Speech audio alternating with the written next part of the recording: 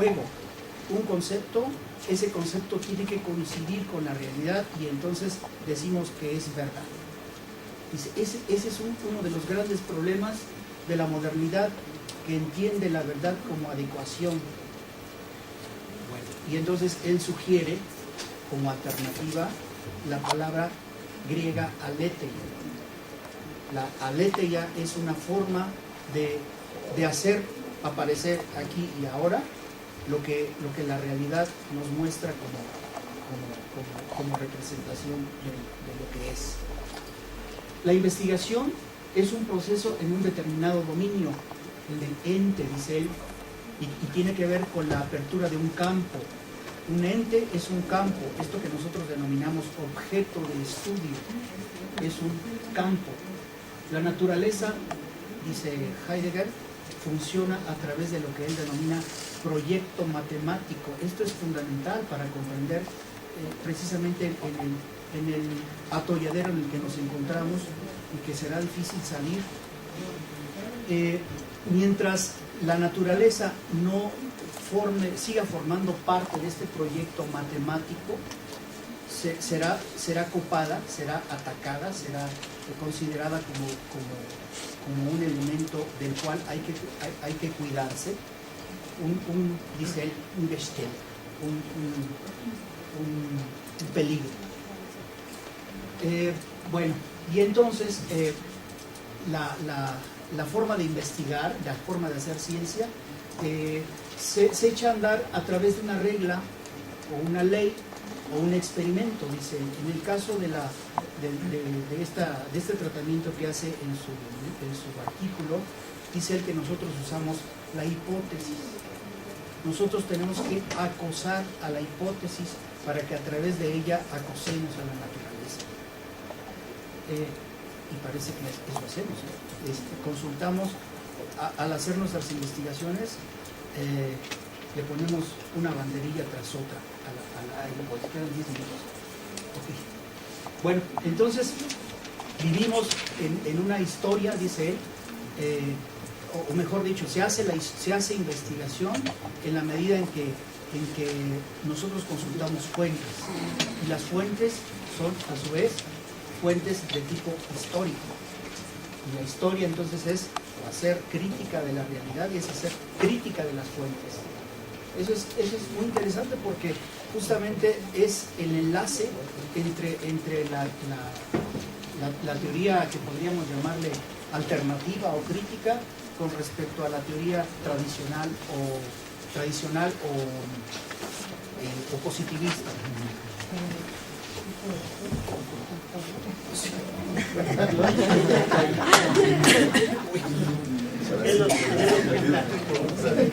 ¿No se oye hasta allá? ¿No se oye? Sí. Bueno, voy a tratar de gritar. A ver, sí, porque con esto pues...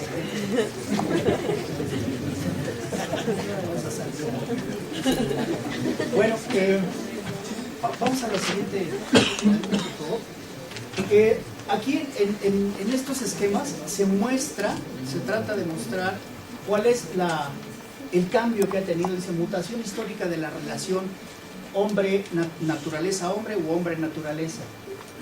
En la antigüedad, ahí vemos una letra, se hace referencia a la physis, ¿no?, que es el nombre del cual se derivó la palabra naturaleza, natura, en latín, y que según Heidegger fue deformada. La physis, dice, era el aparecer el abrir de una flor, dice, es el amanecer, es el anochecer. Para los griegos no existía eso que se tenía enfrente, con lo cual ellos le llamaban physis. La otra letra hace referencia al polités, que es el habitante de la polis, y en la modernidad se transforma en la relación hombre-naturaleza, y además de manera unidireccional. Esto es importante también considerarlo. Aquí el sentido de la flecha, el sentido de la relación entre physis y polités, el hombre, o sea, hombre, physis, es bidireccional. Esto quiere decir, se puede entender como una relación de metabolismo que más adelante aparecerá aquí en la parte de abajo. Y en la modernidad el hombre es considerado, según la definición de Braudel, como un parásito que acosa, que ataca a la naturaleza y la considera ella como mero recurso. Esta concepción es parte de lo que Heidegger caracteriza como rasgo fundamental de la modernidad, el tener el esquema sujeto-objeto, que no es otra cosa sino esto, tener el sujeto y el objeto, sujeto-objeto, la naturaleza se convierte en un mero objeto, y ese es uno de los grandes atolladeros en los que nos encontramos según Heidegger. Hasta ahora no se ha podido ir más allá, ni él pudo ir más allá de su discurso. Pero bueno, vamos a ver el esquema, el que sigue, por favor. Aquí aparece otro esquema en donde, bueno, claramente se ve lo que le dio origen a esta relación sujeto-objeto y se fue mutando. Primero aparece como la relación polites-physis, hombre-naturaleza, y no es otra cosa sino la relación sujeto-objeto. Para Heidegger ese era uno de los grandes problemas de nuestra época, el de haber considerado a la naturaleza como un mero objeto. La siguiente, por favor. Aquí partimos, o se muestra un esquema de Bolívar Echeverría, en donde intenta, o de hecho lo hace con gran maestría, establecer la relación entre sujeto-objeto, ¿sí? Sujeto, en este caso naturaleza, pero de manera integrada. No es una relación destructiva, sino en este caso el sujeto forma parte de la naturaleza y por lo tanto tiene una parte que está dentro de ella y otra parte no. La parte que está fuera de ella, o la idea de estar fuera de la naturaleza, tiene que ver con la construcción de su propia identidad. Cada sujeto es portador de la capacidad de darse forma a sí mismo, y eso queda fuera entonces del ámbito natural, de acuerdo con este esquema. Aparecen entonces en este esquema el círculo mayor, que sería la naturaleza, el círculo menor, el sujeto, en dos planos, el del disfrute y el del trabajo. Y dentro de la naturaleza y como parte de la creación, de la producción del sujeto, se encuentran entonces el objeto y el instrumento. Hasta ahí nada más ese detalle. Y bueno, entonces quiero mostrar solamente que las creaciones humanas, a través de un objeto, un instrumento y la productividad o creatividad del sujeto, generan lo que se llama en este esquema objeto práctico, también producto. Y bueno, se cierra entonces el ciclo.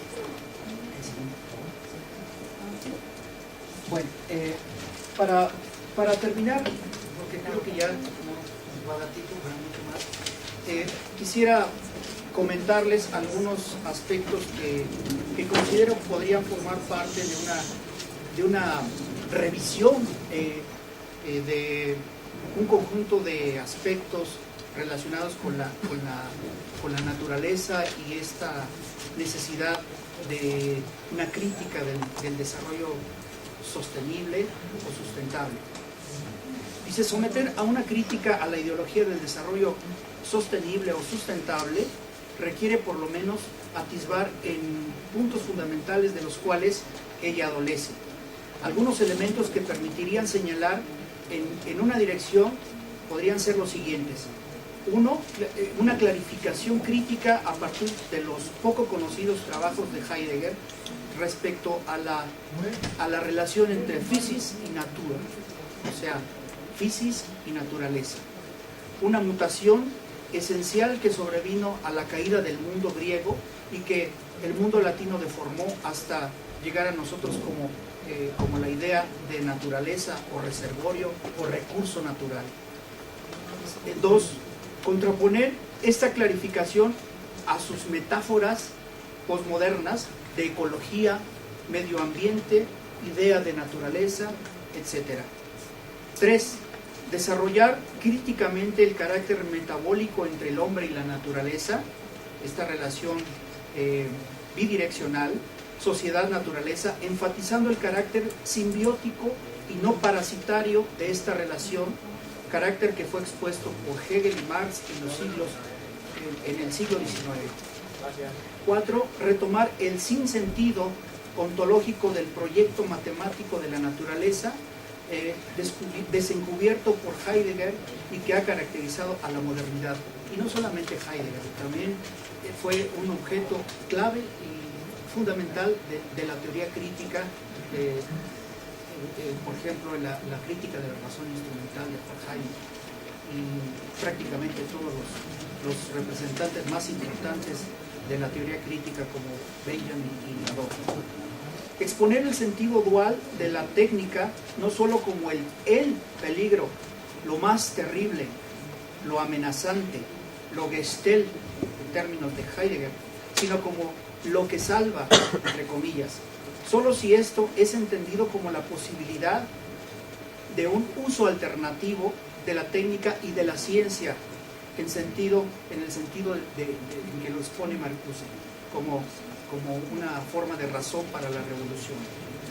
El punto anterior presupone una argumentación distinta de la actual acerca del papel ideológico de la técnica y de la ciencia, así como del papel que juega en un proyecto de sociedad más humanizado como tal. 7. El desencubrimiento del discurso de la sostenibilidad a partir del momento histórico ideológico del que forma parte de esta cuaterna de la que hablé al principio. La acción política de la ideología del desarrollo sostenible es innegable y debe considerar aspectos clave como por ejemplo el gubernamental en distintos niveles, federal, estatal, local, el institucional, el científico-técnico, la política social o los llamados movimientos sociales urbanos de amplios sectores de la población, el no gubernamental, el papel de las ONGs dentro de este movimiento político, el rural y el étnico. El reconocimiento del carácter ideológico, es decir, de falsa conciencia del fenómeno social del desarrollo sostenible, no implica un abandono de la lucha política ni de los consensos.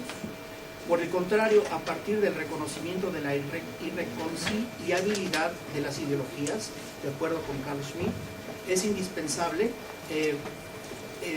la búsqueda del consenso, de acuerdo con la idea de Hannah Arendt, sin que esto se traduzca nunca como un abandono y sacrificio de la verdad, entendida esta como desencubrimiento. El papel de las ciencias y las técnicas que guardan aquí no debe reducirse a legitimar ciegamente el discurso de la sostenibilidad, sino al de asumir su compromiso social fuera de la ideología de la neutralidad ideológica. Con eso termino y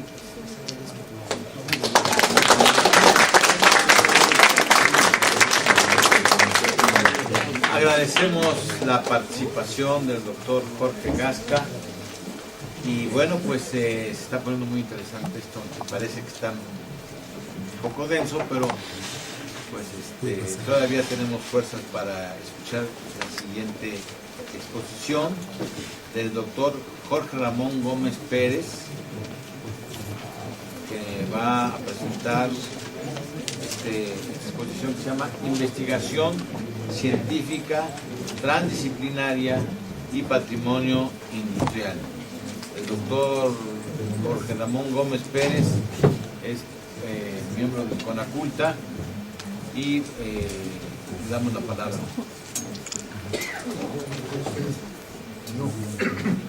No creo que nos vas a... No. De pronto me puse ronco, pero creo que sí escuchan hasta atrás, ¿no? Bueno, estamos allá en lo más alto de la nube teórica, a nivel filosofía. Hay un viejo esquema que dice, bueno, está la filosofía en general, las ciencias, la técnica, No quiere decir esto que la técnica sea más importante, sino que son niveles de pensamiento, y bueno, yo los voy a bajar bastante, ¿sí? Porque yo no soy filósofo, soy antropólogo, estudié en la Escuela Nacional de Antropología y me dedico a la investigación científica, pero no en el ámbito académico, sino en una institución cultural, en un museo, en el Museo Nacional de los Ferrocarriles Mexicanos. Y bueno, tengo una formación científica, pero estamos trabajando ahí en el museo una temática, algo que es de hecho un nuevo paradigma, una nueva manera de pensar, que es, hablamos de patrimonio, ya no hablamos de cultura como, o bueno, hablamos de cultura, pero ahora decimos, hablamos de patrimonio cultural, de herencia cultural, y en particular habemos un comité mexicano y hay un grupo importante de científicos que nos dedicamos al estudio del patrimonio industrial mexicano. ¿Qué es el patrimonio industrial mexicano? Bueno, pues son restos materiales de fábricas del siglo XIX, son hábitos, costumbres, tradiciones laborales, son archivos, por ejemplo, que han quedado de muchas, de antiguas y no tan antiguas fábricas, y esto consideramos que es herencia cultural que no debe de perderse, que debe rescatarse, que debe ser preservado para el uso y goce de las actuales generaciones. Por ejemplo, para saber qué ha pasado con la industria en México, qué ha pasado con la técnica, qué está sucediendo, porque estamos tan atrás del mundo, ¿sí?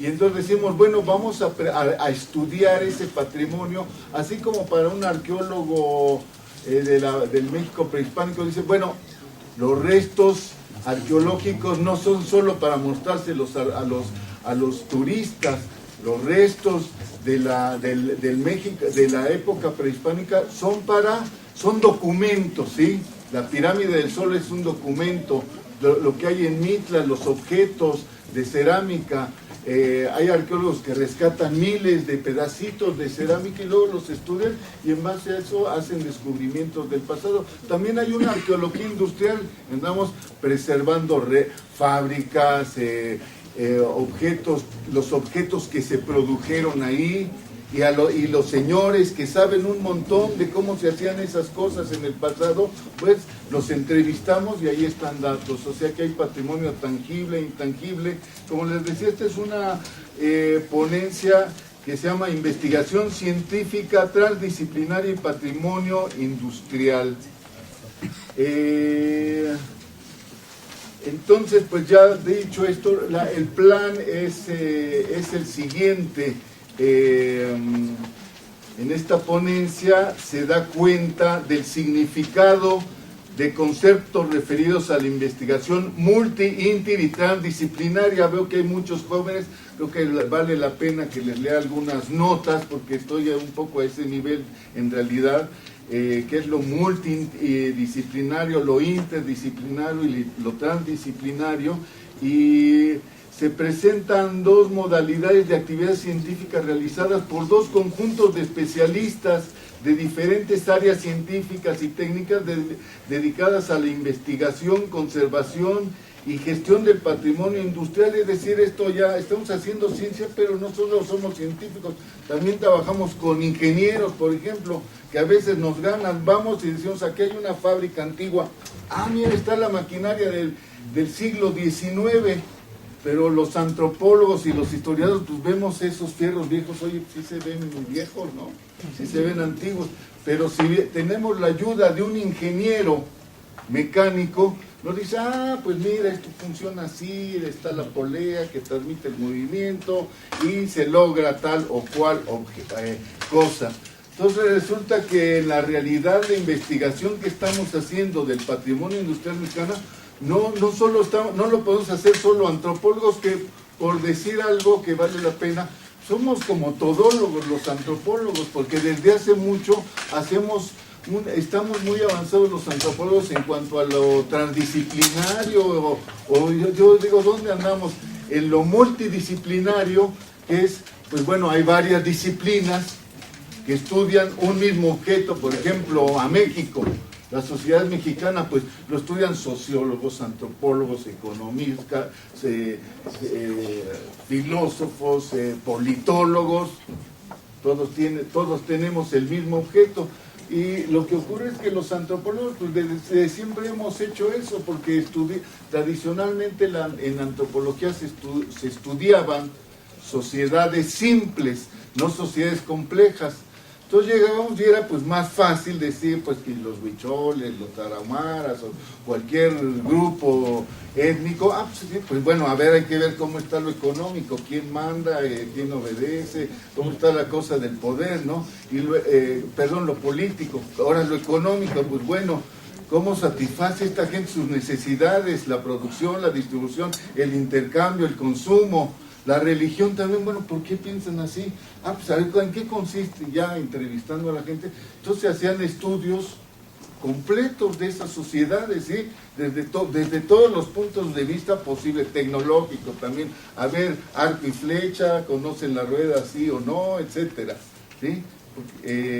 Cómo la utilizaban, porque por ejemplo está el caso de que en el México prehispánico se conocía el uso de la rueda, pero para hilar, ¿sí?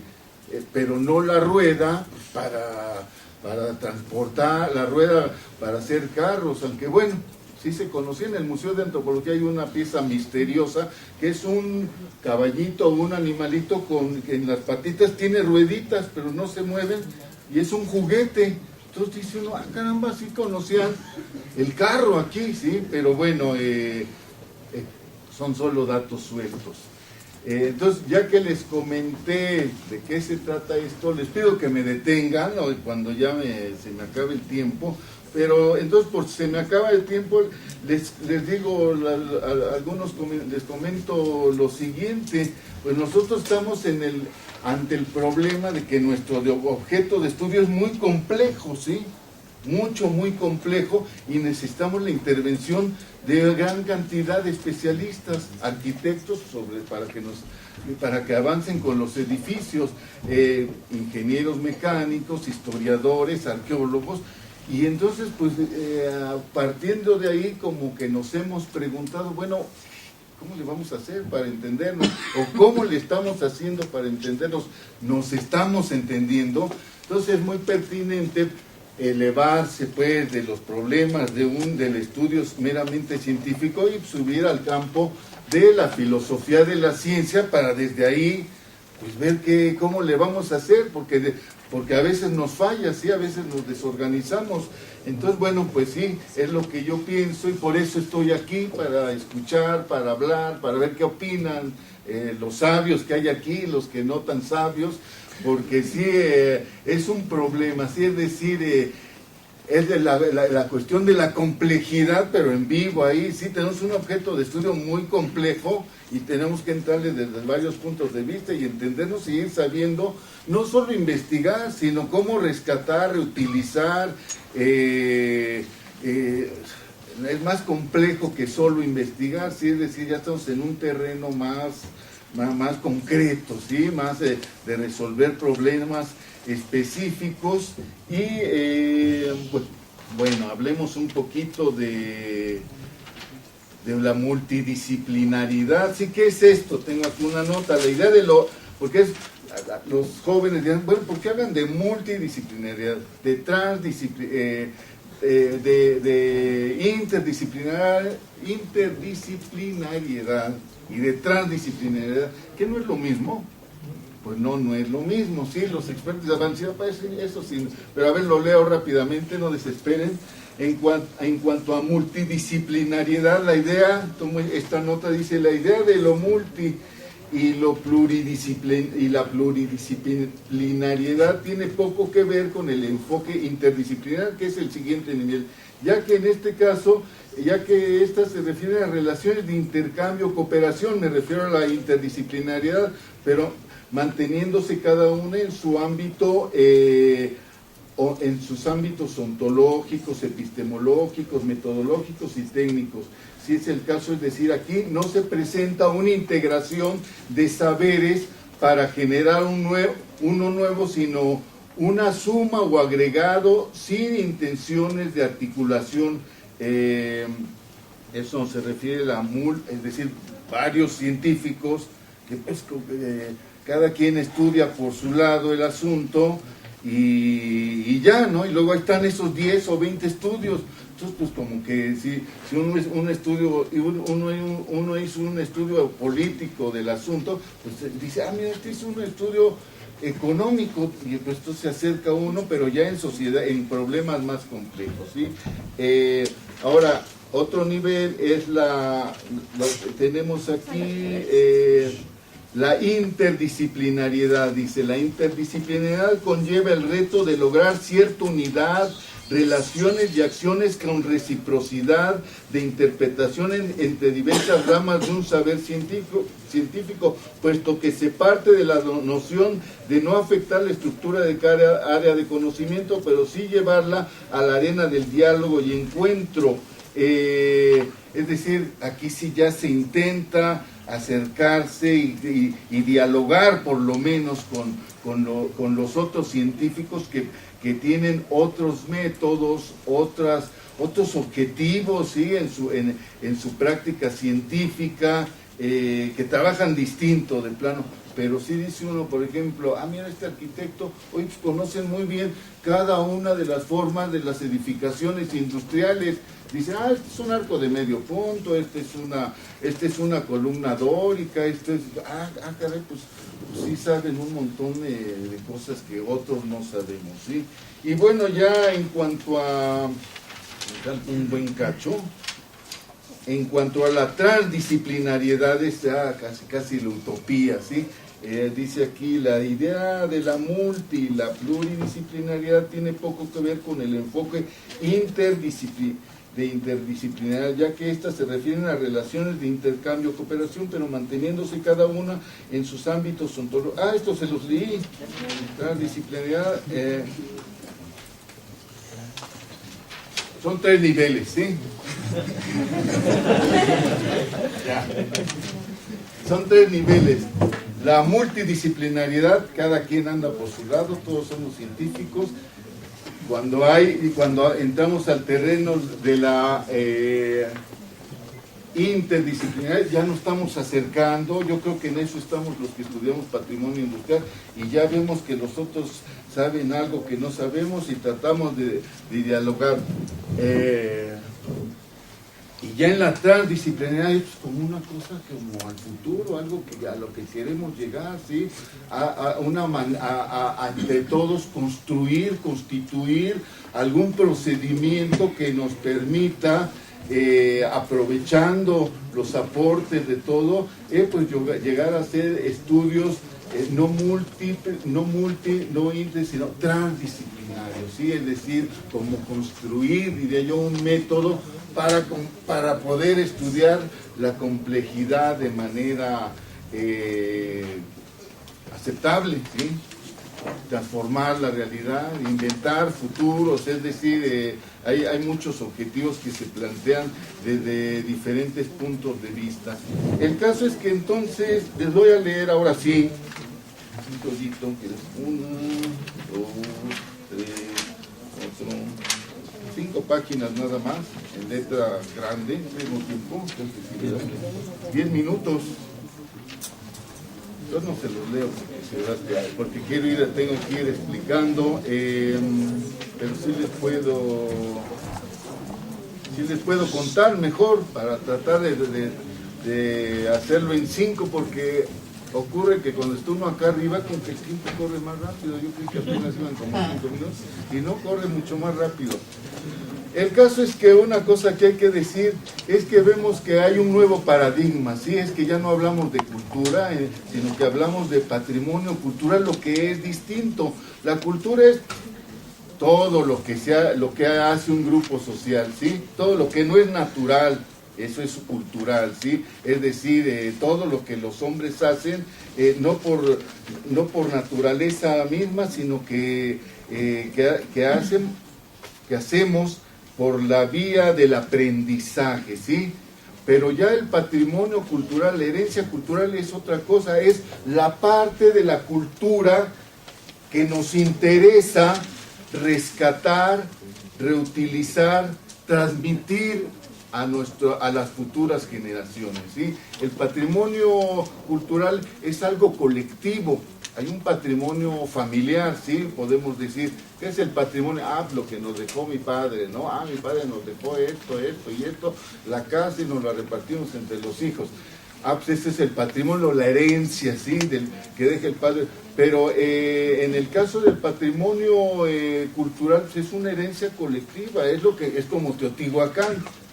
Es todo lo que tiene la nación y se dice, mira, esto es algo que debemos de preservar, y por eso el Estado pues lo preserva y todo, y está abierto para que todos lo usemos y lo gocemos. Eso estamos haciendo nosotros, por ejemplo, con la Constancia Mexicana, la primera gran fábrica textil que se constituyó en México y la más antigua que se preserva en Latinoamérica está en Puebla, y ahorita la están restaurando, la fuimos a ver el domingo pasado.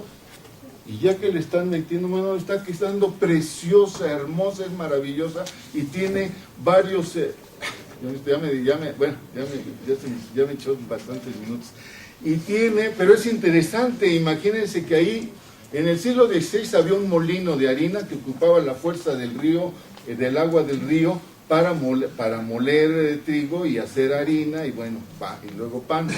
Pero ahí están los restos, los acaban de encontrar. Y luego también hay encontrado restos del siglo XVII, y del siglo XVIII, del siglo XIX y del siglo XX. Y entonces ahí en ese lugar, en esa antigua fábrica, la Constancia Mexicana, está, si lo vemos como documento, están los datos de la historia de la industria textil poblana y mexicana a la vez, ¿sí? Es decir, ahí está, pero no está con letras ni sobre papel, sino que está en restos materiales, piedras, pedazos, cachos de acueductos que hay ahí, habitaciones, etcétera.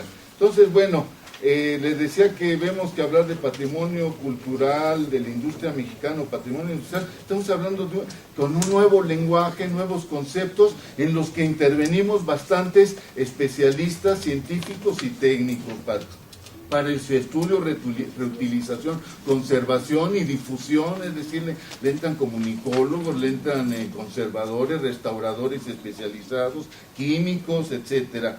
Yo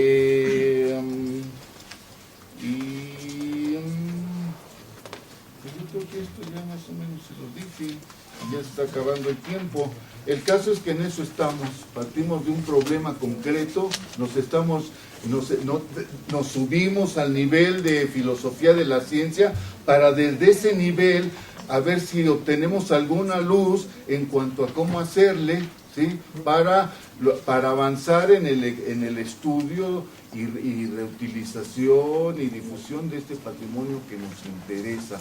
Y pues estoy aquí igual que algunos de ustedes, otros ya son expertos en esto, y creo que en eso lo podemos dejar. En eso, este es un intento de utilizar todos estos nuevos conceptos, todos estos nuevos puntos de vista en cuanto a la ciencia, todas estas nuevas posibilidades que se nos abren ahora, porque parece que ahora es más claro, pues como ya decían, el papel activo del sujeto durante el proceso de conocimiento, que en realidad pues lo que tenemos que hacer es inventar los futuros mediante el razonamiento y el pensamiento. Podemos inventar los futuros, como decía un viejo barbón del siglo XIX, lo importante no es tanto conocer, diría yo, porque conocer qué, si no podemos conocer realmente ni a nosotros ni el entorno, porque pues sabemos muy poquito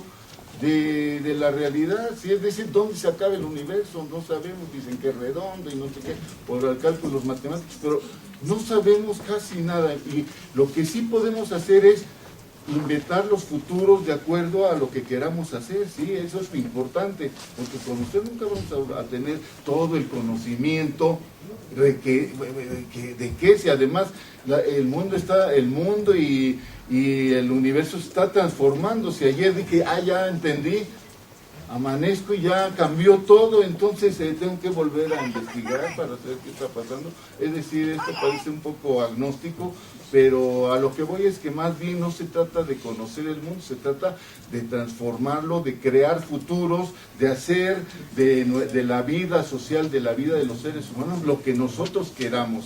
Y bueno, ya para no seguir dispersando, gracias por su atención, espero que haya Agradecemos la participación del doctor Gómez y les voy a pedir a nuestro Arismendi y al maestro Gasca que pasen, por favor, al doctor Gasca, perdón, que pasen para una sesión de preguntas, respuestas, y les voy a pedir por favor lo siguiente, ¿sí? Solo me falta ahí una silla, si quieres no, aquí parado,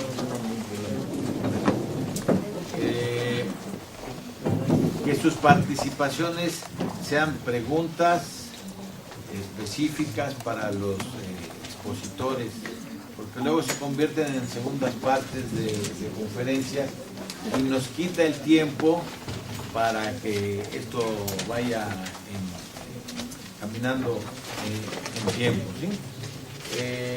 Por favor, tienen la palabra. Sí, doctor. Doctor Arismendi, las etapas que nos describe, habla de la cuarta fase, en la cual pasa de la venta del petróleo a la venta de la humanidad. Vamos a la esclavitud. La pregunta. A ver, sí, por favor. Eso supongo que era para el maestro Arismendi. Profesor. Pienso que bueno, si son preguntas, no es la pregunta, más bien es un comentario. Pues muy, bueno, mejor primero Sí, la mejor pregunta, las después preguntas. el comentario. Sí, profesor. Sí, también para el profesor Arismendi, en primer lugar, pues, lo felicito por su concreción, su oportunidad en planteamiento y la situación en la cual estamos insertos. Si bien hablamos de las diferentes fases, habría que hacer una cuestión propositiva en cuanto a qué tipo de fase es la que nos espera, bajo una óptica de participación social como investigadores, como académicos, hacia cómo intentar cambiar esas condiciones que se han planteado de manera drástica, de manera concreta y que realmente no nos vislumbra nada positivo. En ese sentido, pues la idea sería, tantos jóvenes que hay aquí ahorita, ver hacia dónde podemos orientar nuestros esfuerzos para cambiar a la siguiente fase.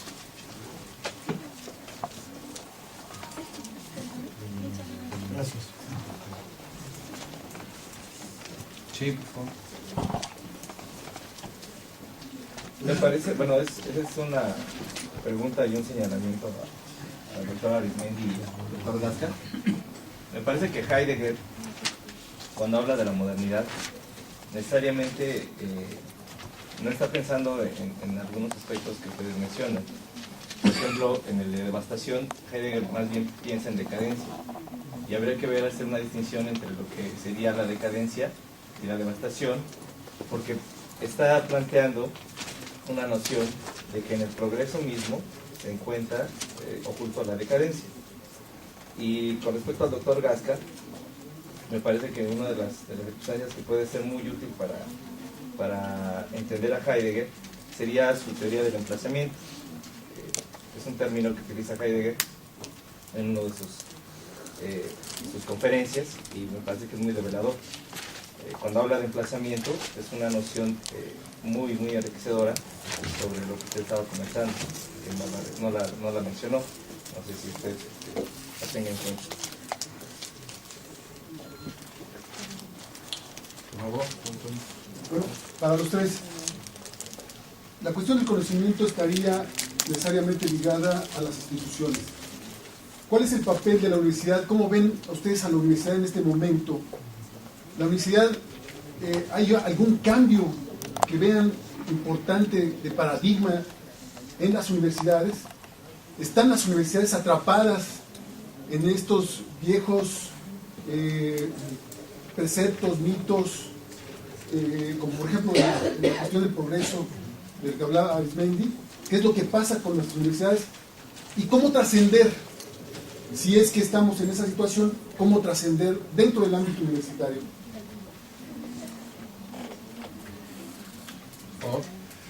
Bueno, tratando de hacer la pregunta, pues no después a lo mejor tantas preguntas. Hace poco hubo un foro sobre epistemología de las ciencias ambientales y me llamó mucho la atención un comentario que decía, pues nos quedaron a deber porque no escuchamos ni epistemología ni ciencias ambientales, y pudiera ser que ahorita en esta mesa apareciera lo mismo. No nos hablaron de positivismo, pero yo creo que si no fue explícitamente, esto viene a colación. Creo que primero la intervención de Luis, pues llega un momento tan catastrófico, pero tiene mucho de positivismo. Finaliza con esta parte crítica, pero en este positivismo de Com que está muy peyorado.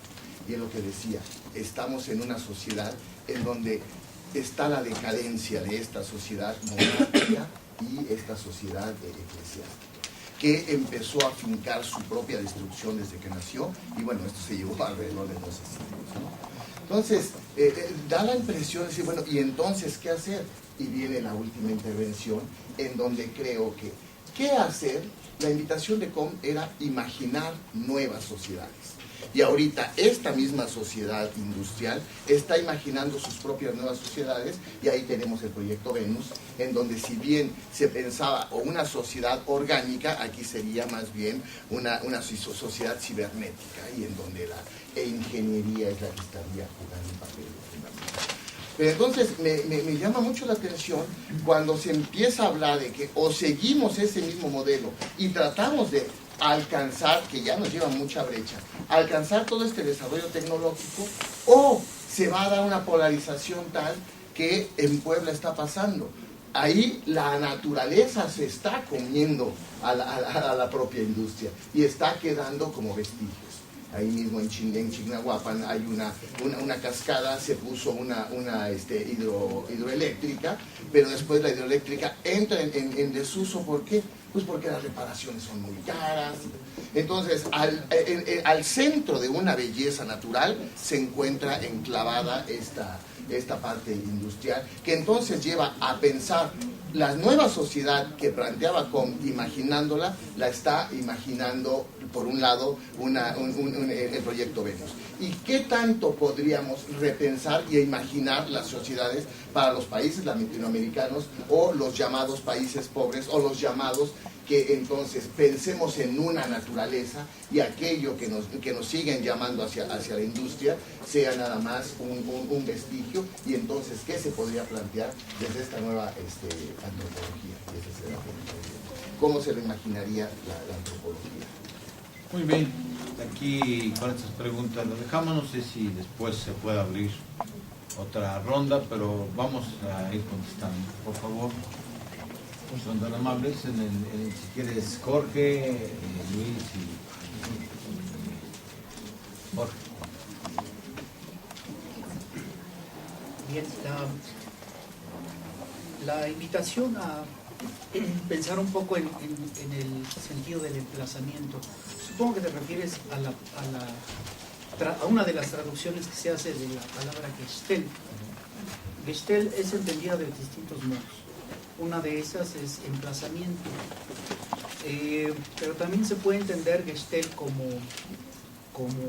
estantería, como armatoste, como estructura, sí, como almacén, ¿no? Entonces la naturaleza se convierte en algo así como un estante, una estantería en donde se va y se toma el recurso que hace falta, y de ahí viene la palabra y la expresión y el sentido de recurso, ¿no? Entonces la naturaleza se convierte en mero recurso, y me parece un término importante dentro de la interpretación de la teoría heideggeriana, que tiene conexión. Yo creo que esa es la parte que muchas veces cuando se trata de hacer una exposición se quedan muchas cosas en el tintero, ¿no? Yo creo que esto se tiene que enlazar fundamentalmente con la teoría marxista, y que tiene que hacer referencia al sentido crítico de la destrucción, o como diría Heidegger, el acoso hacia la naturaleza. Esta esfera, digamos, del tratamiento lo hicieron los de la escuela de Frankfurt, sí lo trabajaron cuando hacen el tratamiento de la crítica de la razón instrumental. Precisamente lo trabajan en el sentido de que la tecnología se utiliza como una herramienta más que constructiva, destructiva, ¿no?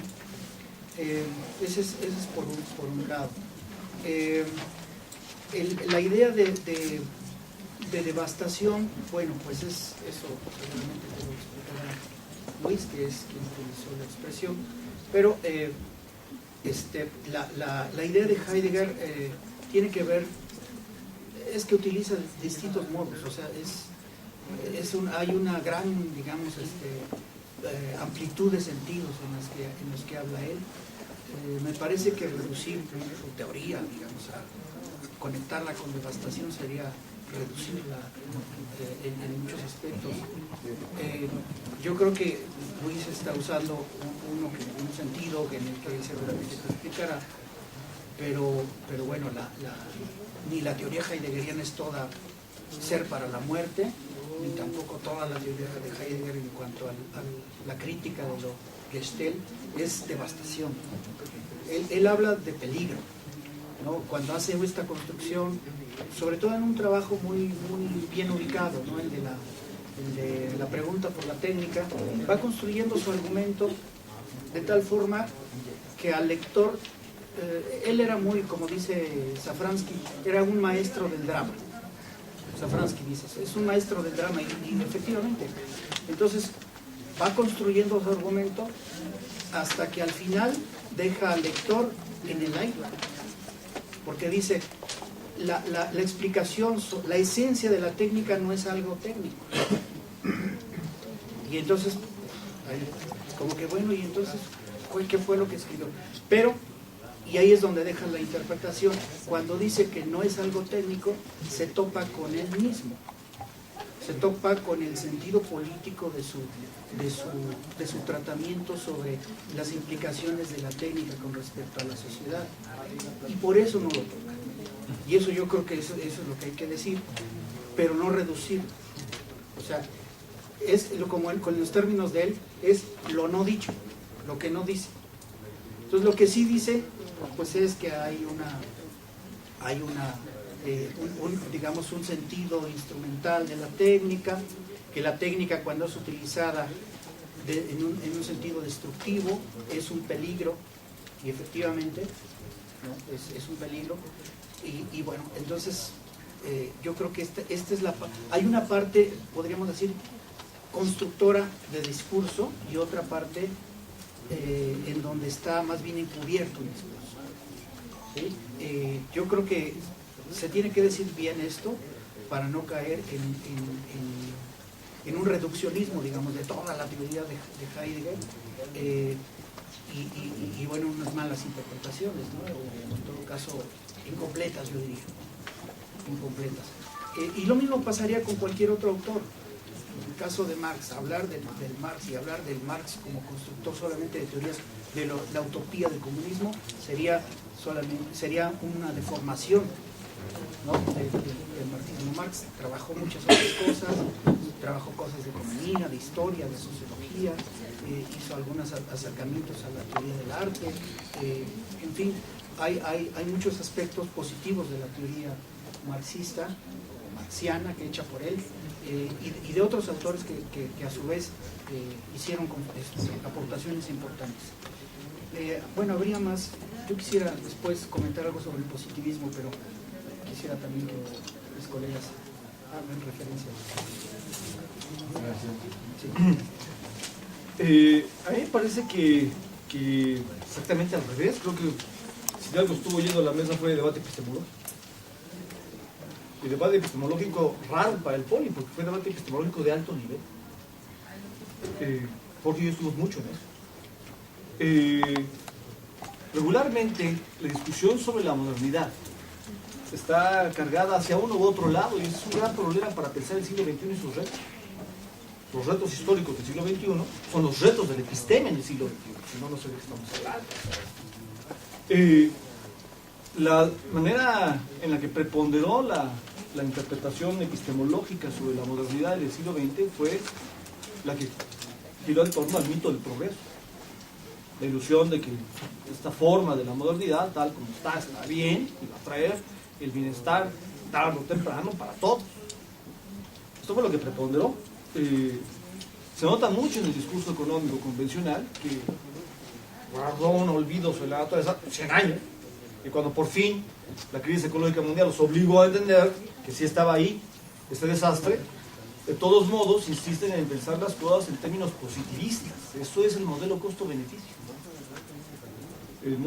Insistir en usar modelos económicos de costo-beneficio para pensar la crisis ecológica, pues eso es positivismo. Pensar en términos puramente micro, históricos, eso es positivismo. Por eso me refería a que no se puede entender de qué tamaño es lo que está en juego, si no se piensa en términos macro totales. Por ejemplo, toda esta formulación de que sobre el calentamiento planetario, bueno, sí es más o menos delicado, pero pues no es tan grave como para que se esté hablando de una crisis de la civilización, que este es el planteamiento preponderante en la última década de los 90. Todos estábamos ya hablando de crisis de la civilización. Bueno, eso se ha hecho añicos, porque los cálculos más drásticos a principios de los 90 respecto de la dinámica que traía consigo sobre el calentamiento planetario se han quedado cortos para el inicio de la segunda década del siglo XXI. Estamos hablando ya de que no es en el 2050, sino en el 2030, cuando nos podemos quedar con un Ártico sin hielo en verano, es decir, la zona que genera un equilibrio térmico global para el planeta, porque la cantidad de radiación solar que refleja el Ártico hacia el cosmos, es el efecto albedo, que es mundial, pero donde se concentra más es en el Ártico. 80% de la radiación solar se emite hacia el exterior. Ese efecto se está alterando de manera gravísima, y la tendencia va a que apunta para invertir completamente la proporción, es decir, que terminamos teniendo 80% de absorción en esa región y 20% de reflexión hacia afuera. Esto es gravísimo, porque genera una distribución del calor sobre el mundo que altera todo.